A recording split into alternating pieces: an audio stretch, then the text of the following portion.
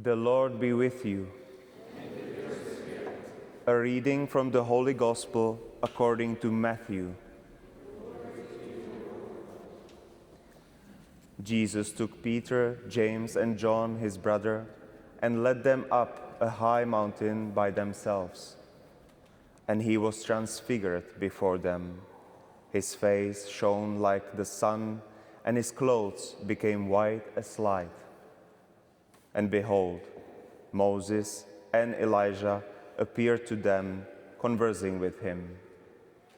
Then Peter said to Jesus in reply, "Lord, it is good that we are here. If you wish, I will make 3 tents here, one for you, one for Moses, and one for Elijah."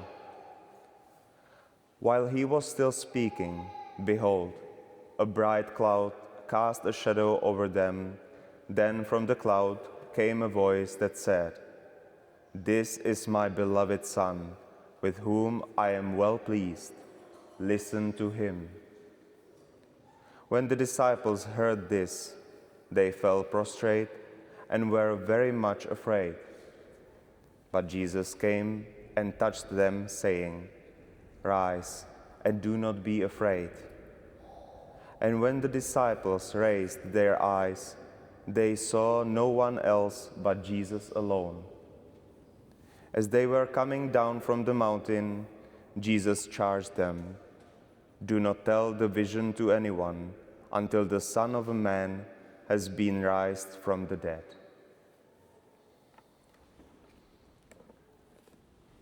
The Gospel of the Lord.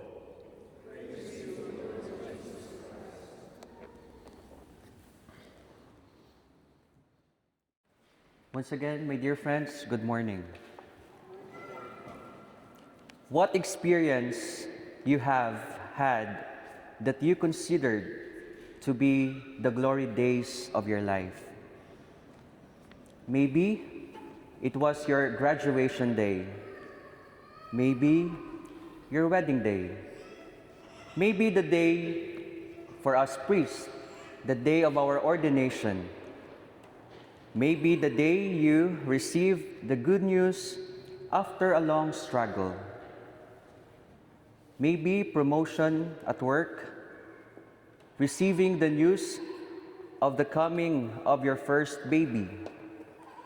Or maybe for our students here, topping the class.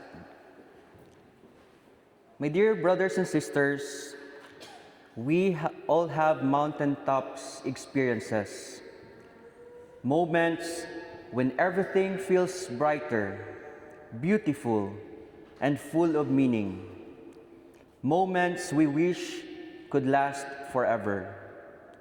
In today's Gospel, the disciples had their glory day. Jesus brought Peter, James, and John up a high mountain, and there he was transfigured. His face shone like the sun. His clothes became white as light. And Moses and Elijah appeared. The Father's voice was heard, "This is my beloved Son. Listen to him." It was overwhelming. It was beautiful. It was glorious. And this event is a confirmation that Jesus is a God. He is the fulfillment of the law and the prophets.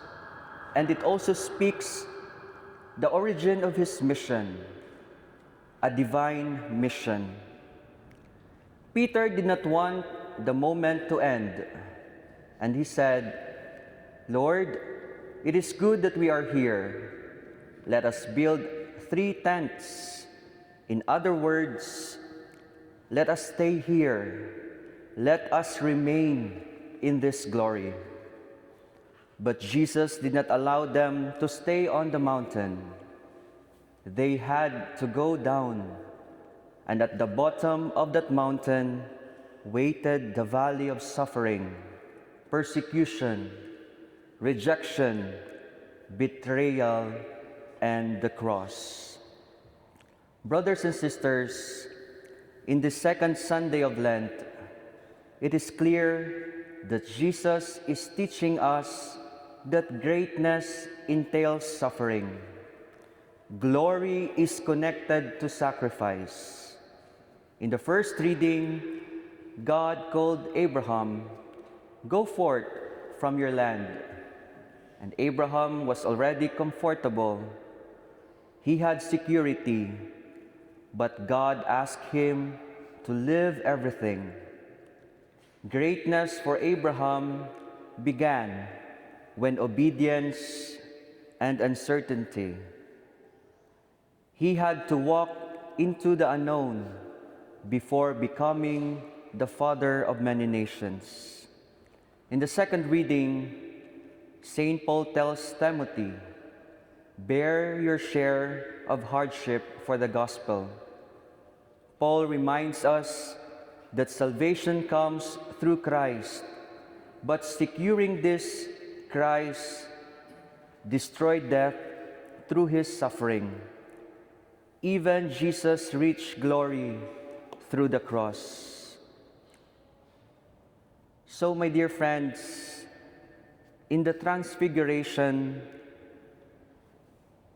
Jesus shows us where he is going, and that is glory. But the journey toward that glory passes through Calvary. Sometimes we want only the shining face of Christ.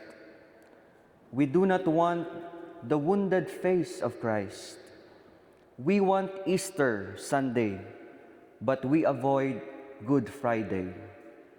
We avoid moments to pray, to fast, and to give alms to those who are in need. Yet the gospel teaches us that Calvary and the empty tomb, they belong together. Notice something beautiful in the story. When the disciples were afraid, they fell down. But Jesus came and touched them and said, "Rise and do not be afraid." That is our comfort. When suffering comes, Jesus does not abandon us. He touches us. He strengthens us. And he reminds us that suffering is not the end. And when they lifted their eyes, they saw Jesus alone, not Moses, not Elijah, only Jesus. Because in the end, only Jesus is enough. Brothers and sisters, our glory days are beautiful gifts from God. They remind us that light exists. They give us strength, but life cannot remain on the mountain. There will be valleys. There will be crosses. There will be sacrifices. But do not be afraid, because the same Jesus who shone like the sun on the mountains is the same Jesus, our good shepherd, who walks with us in the valley of darkness. And the same Jesus who was crucified is the same Jesus who rose from the dead. And our resurrection is the greatest gift that he offers to all of us. Again, greatness entails suffering, but suffering with Christ leads to glory. So when you experience your next mountaintop moment, thank God. And when you walk through your valley of darkness and suffering, trust him, our good shepherd, because the road to glory always passes through the cross, and the cross always leads to the glorious resurrection. Amen.